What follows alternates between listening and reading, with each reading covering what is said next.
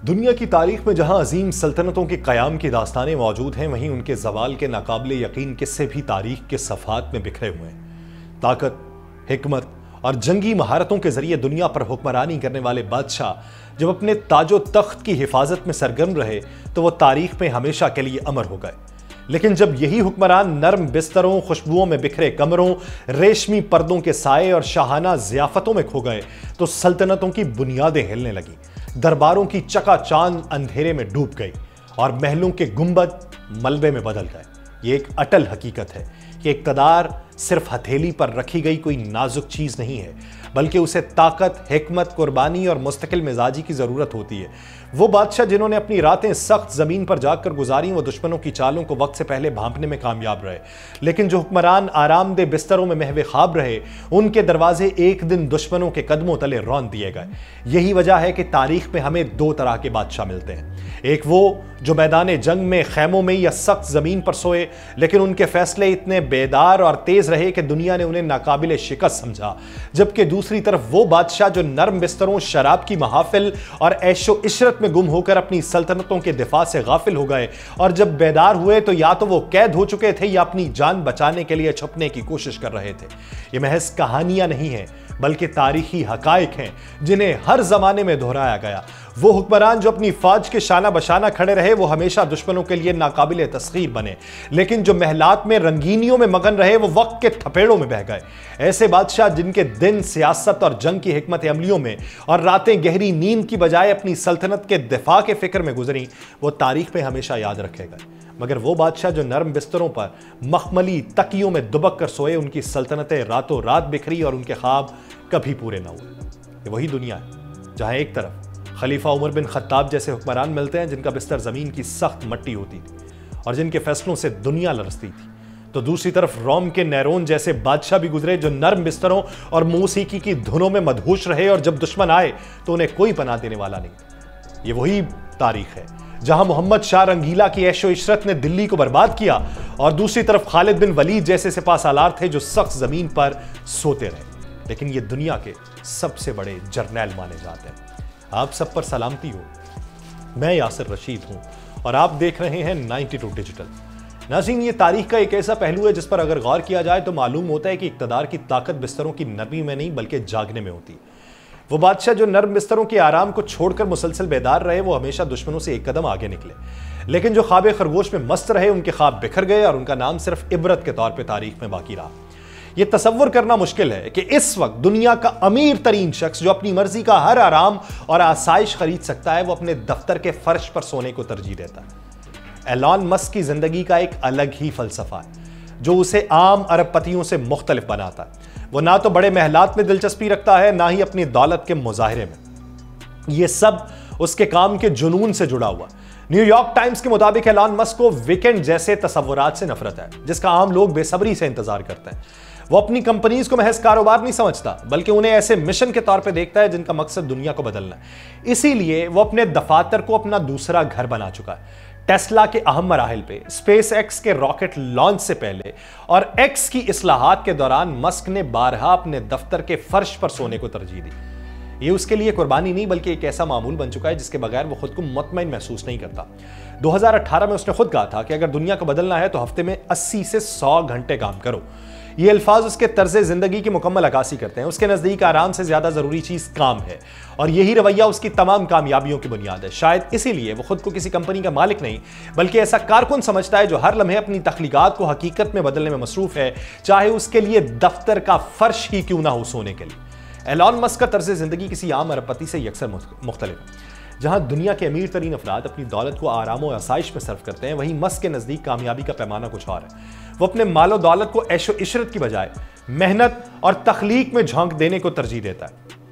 यही वजह है कि वो हफ्ते में 120 घंटे काम को अपनी सुपर पार करार देता है और दफ्तर के फर्श पे सोना भी उसके लिए कोई बड़ा मसला नहीं है। न्यूयॉर्क टाइम्स की रिपोर्ट के मुताबिक मस्क के नजदीक दफ्तर में रहना और वहीं सोना सिर्फ मेहनत की अलामत नहीं बल्कि उसके हक के हुक्मरानी का सबूत है। वो समझता है कि जब एक लीडर अपने मुलाजमीन के साथ काम में लगा रहेगा तो उसके बराह रास्त असर उसकी कारकर्दगी पे भी होगा। यही वजह है कि वो अक्सर अपनी कंपनीज में वक्त गुजारता है, जमीन पर सोता है, अपनी मुसलसल मौजूदगी के जरिए मुलाजमीन को एक गैर एलानिया पैगाम देता है कि अगर वो आराम नहीं कर रहे तो किसी और को भी ऐसा नहीं करना चाहिए। 2022 में एक इंटरव्यू के दौरान उसने तर्ज जिंदगी की मजीद वजाहत करते हुए कहा था कि उसका दफ्तर ही उसकी इब्तदाई रिहाइशगाह था और अपनी मौजूदगी से मुलाजमीन को वो तरगीब देना चाहता था कि वो भी भरपूर मेहनत करें।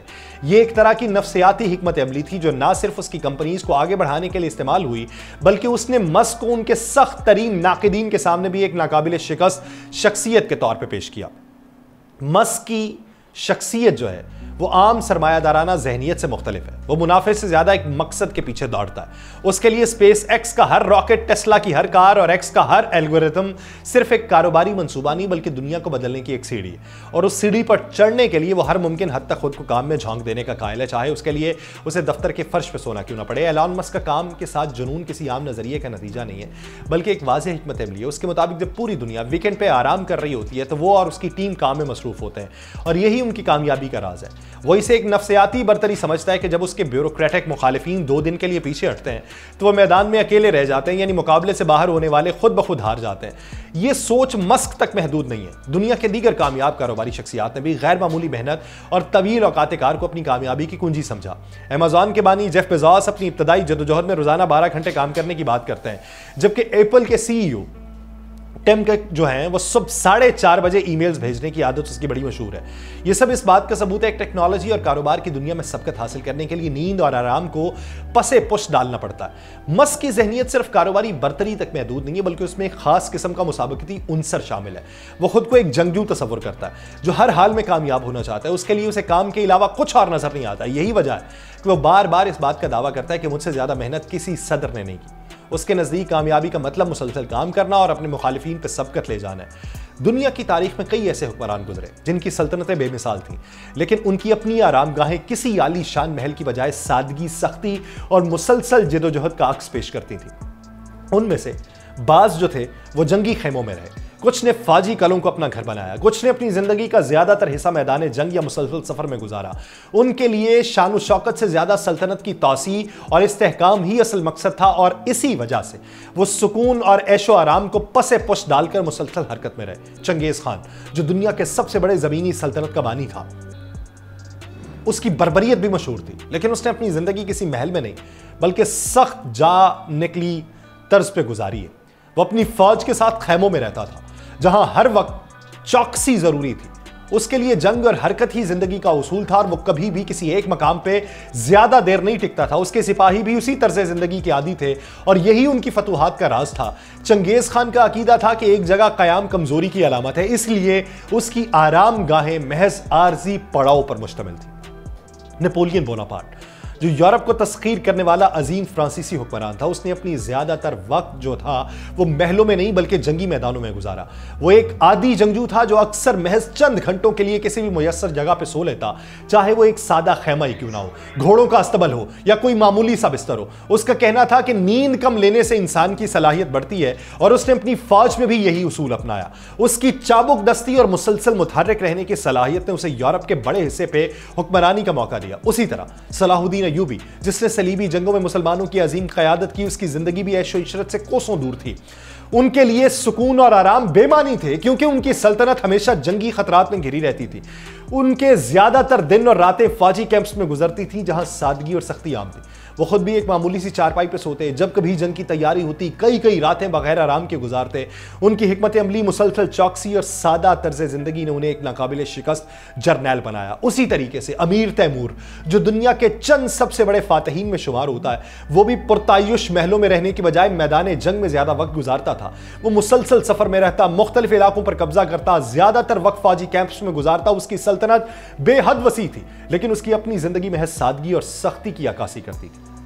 उन तमाम हुक्मरानों की जिंदगियों में एक कदर मुश्तरक थी, आराम और सुकून उनके लिए सानवी चीजें थी, जबकि सल्तनत की बका, जंगी हिकमत अमली और मुसलसल चौकसी उनकी अव्वलीन तरजीह थी। ये हुक्मरान अजीम सल्तनतों के मालिक जरूर थे लेकिन उन्होंने अपने लिए पुरसुकून और पुरतायुश जिंदगी नहीं अपनाई। तारीख ऐसे बादशाहों और हुक्मरानों से भरी पड़ी है जो अपनी पुरतायुश जिंदगी नरमो गुदाज बिस्तरों, आरामदेह ख्वाबगाहों और ऐशो इशरत में ऐसे गुम हुए कि अपनी सल्तनतों की ज़बू हाली और खतरात को भांप न सके। यही वो लोग थे जिनके बिस्तरों पर रेशमी चादरें थीं और जिनकी रातें रंगो नूर की महफिल में गुजरती थीं। लेकिन जब वक्त ने पलटा खाया तो उनकी सल्तनतें बिखरीं, उनके इक़्तिदार का सूरज डूबा, खुद तो या मारे गए या जिल्लत के साथ गुमनामी में चले गए। रोम के आखिरी शहंशाहों में से एक नेरोन उसकी सबसे बड़ी मिसाल है। उसकी सल्तनत वसी थी, लेकिन उसका ज़्यादा वक्त अपनी ख्वाबगाह में मखमली बिस्तरों पर आराम करते, मौसीकी की महफिलों में मशगूल रहने और अपनी नफसानी ख्वाहिशात को पूरा करने में गुजरता। उसने अपने मुखालिफिन को बेदर्दी से कत्ल किया, हत्ता कि अपनी माँ को भी नहीं बख्शा। जब रोम जल रहा था तो अपने महल में बैठा बांसुरी बजा रहा था। आखिरकार जब अवाम और फौज ने उसके खिलाफ बगावत की तो उसे अपनी जान बचाने के लिए भागना पड़ा, लेकिन किसी ने उसे पनाह न दी और आखिरकार उसने खुदकुशी कर ली। और यूं एक ताकतवर सल्तनत का बेवकूफ़ हुक्मरान भी बेबसी में मारा गया। इसीलिए कहता है कि नीरो सुख की बांसुरी बजा रहा है, ये इसी से मंसूब है।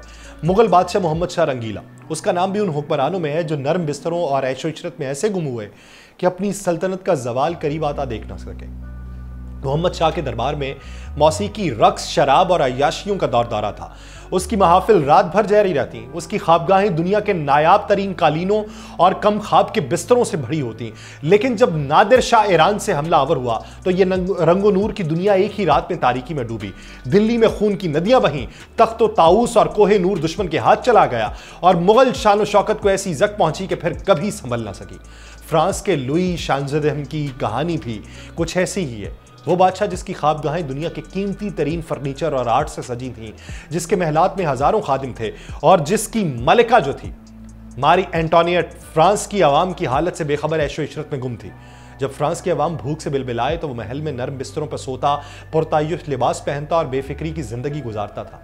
लेकिन जब इनकलाब आया तो उसके तमाम कले और महलात काम ना आए, उसको कैद किया गया। अवाम ने उसके खिलाफ नफरत का ऐसा तूफान बर्पा किया कि बिलाखिर उसे ग्लाटन पर चढ़ा दिया गया। और यूं वो हुक्मरान जो नरम बिस्तरों पर सोता था, सख्त तख्तादार पे मौत से हमकिनार हुआ।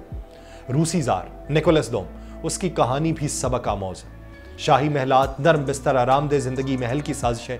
रूस में इनकलाब की चिंगारी भड़ी, महल में बैठा लुत्फानंदोज हो रहा था। अवाम का गुस्सा बढ़ा, अवाम आई, उसके लिए वही कैद खाना बन गया।